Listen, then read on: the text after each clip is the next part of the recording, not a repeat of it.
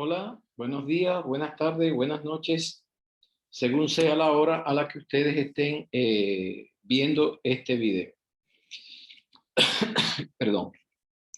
Bueno, en el material de hoy vamos a concluir con el aspecto que apareció en el material anterior, que estaba relacionado con la espontaneidad y la extensión de una reacción redox.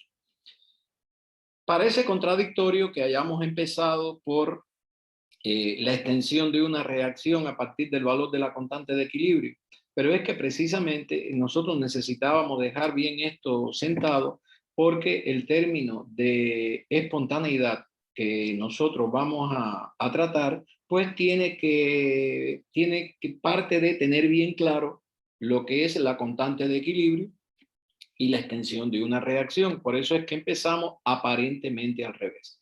Entonces, dicho esto, vamos a comenzar el material en que explicaremos qué relación hay entre la espontaneidad de una reacción con la extensión de la misma.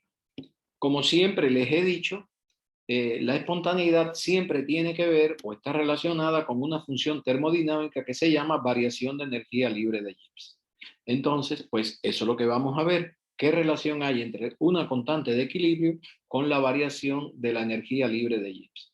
Antes de empezar, debemos aclarar que todas estas expresiones están relacionadas con lo que se llama la constante termodinámica de equilibrio.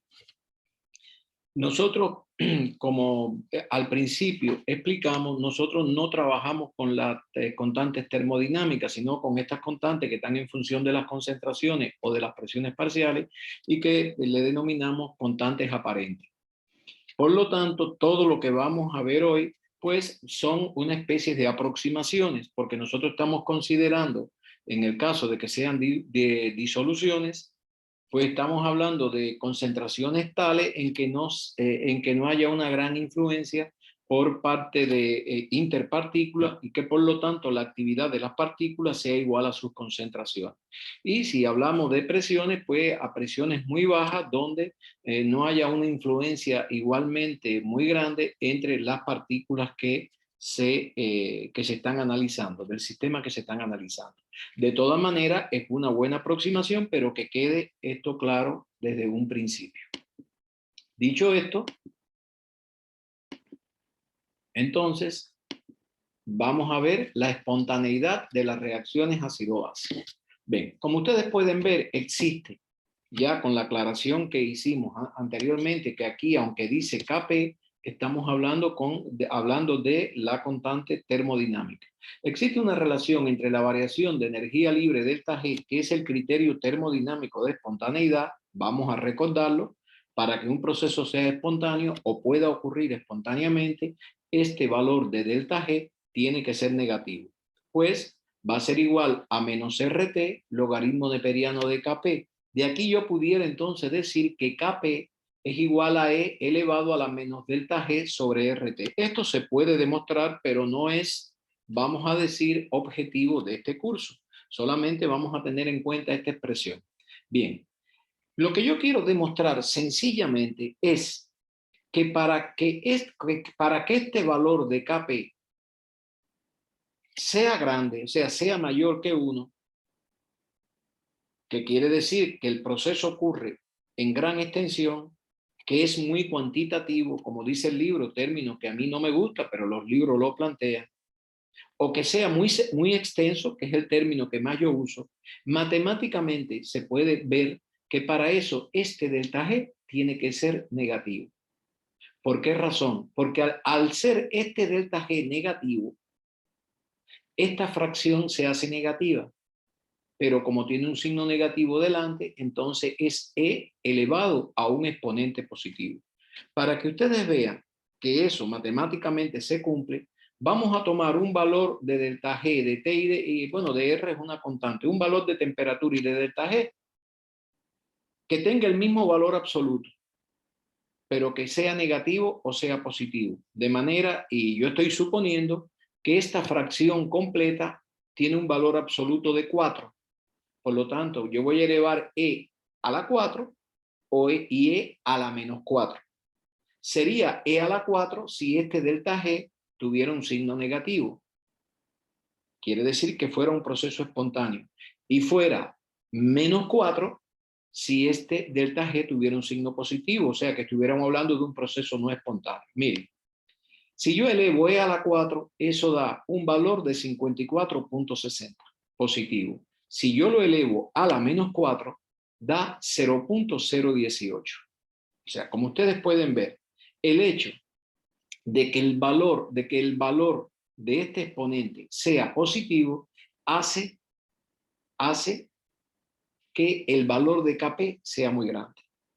Entonces, ese es el único criterio que yo voy a seguir. Es decir, el hecho de que un sistema tenga una constante de equilibrio grande no es que sea el criterio de decir que el proceso es espontáneo, sino que implica o está relacionado con un signo negativo de delta G.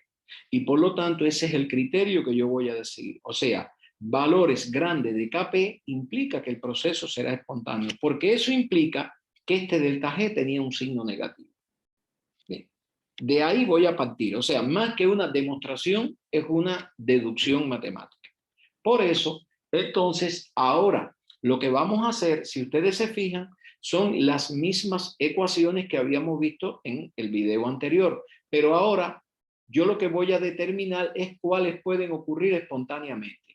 Si mi hipótesis es correcta, o sea, que valores grandes de Kp implica signos negativos, pues yo lo que debo obtener entonces son valores grandes del logaritmo de Kp positivo. Es decir, observen ustedes, para la primera ecuación que yo tuve que me dio que era la menos completa de todas, observen que el logaritmo, este logaritmo de Kp, me da menos 13.48, o sea, me da un valor negativo. Por lo tanto, con esto lo que yo quise demostrar en la ecuación exponencial que les presenté es que esto va a implicar un delta G positivo. Igualmente, para la segunda ecuación, observa que me sigue dando negativo, pero un valor más grande que este.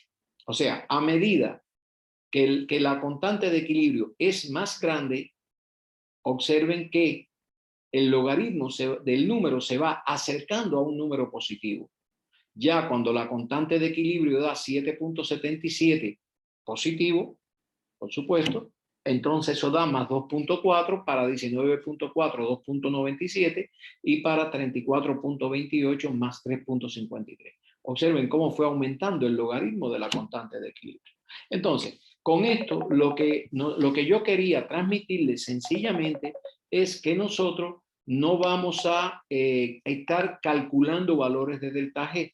Nosotros entonces, para la espontaneidad, nos vamos a guiar por el valor de la constante de equilibrio, pero tener bien claro que ese valor grande de la constante de equilibrio implica un valor grande de delta G con signo negativo.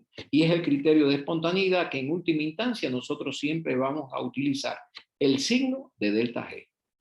Bien, ahora, ¿qué es lo que pasa? Que yo esto lo pudiera haber determinado gráficamente. O sea, ¿cómo yo determinar gráficamente si la reacción entre un ácido y una base puede ocurrir de manera espontánea?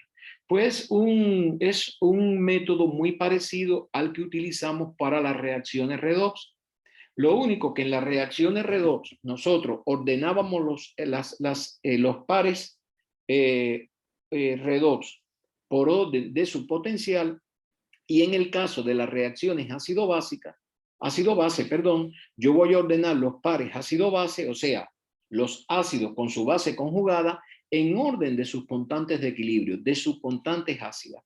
Y por lo tanto yo obtendría una recta real como esta, donde me van a aparecer todos los ácidos de los ejercicios anteriores y me van a aparecer sus bases conjugadas, o sea, el ion cianuro es la base conjugada del ácido cianhídrico.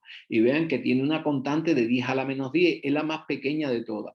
Luego el ácido acético con su base conjugada, que es el ion acetato, 1.8 por 10 a la menos 5. Y así van pasando cada uno de los ácidos. Observen que los ácidos se ponen por la parte superior y sus bases conjugadas por la parte inferior. Y ubicando cada una de la constante ácida para cada uno de los pares ácido-base. Bien. Vamos entonces a analizar si esta ecuación puede ocurrir espontáneamente. Recuerden ustedes que del ejercicio anterior me dio que la constante de equilibrio era 1.4 por 10 a la menos 6, es decir, una constante de equilibrio muy pequeña, lo que implicaba que en la práctica yo dijera que la reacción no ocurría de manera espontánea. ¿Qué es lo que pasa ahora? ¿Cómo yo lo voy a determinar gráficamente? Pues muy parecido a lo de las reacciones redox. Yo voy a unir con una recta el ácido y la base que reacciona, en este caso ácido cianhídrico e ion fluoruro. Y observen ustedes que cuando yo uno esas especies obtengo una recta de pendiente negativa. Bueno, cuando usted hace esto y obtiene una pendiente negativa en la recta que los une, estamos hablando de una reacción que no ocurre espontáneamente. Observen ustedes, constante de equilibrio muy pequeña.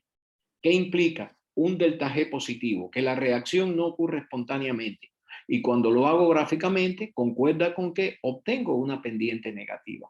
Esto es, si cuando usted hizo esto, hubiera obtenido una pendiente positiva, que sería así, o bien están mal ubicadas las especies, o bien usted calculó mal la constante de equilibrio, pero tiene que haber una coincidencia. O sea, no puede ser que matemáticamente usted tenga un resultado y gráficamente obtenga otro. Tiene que haber coincidencia.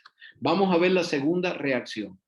La segunda reacción daba una constante de equilibrio de 34.28, es decir, una constante de equilibrio grande positiva. Significa que delta G es negativo. Observen ustedes cómo yo obtengo una pendiente positiva cuando uno las dos especies que reaccionan, el ion hidrógeno sulfato con el ion fluoruro. Y así sucesivamente, observen ustedes que constantes de equilibrio pequeñas, recuerden, pequeñas menores que 1, constante y mientras más pequeño, pues menos todavía.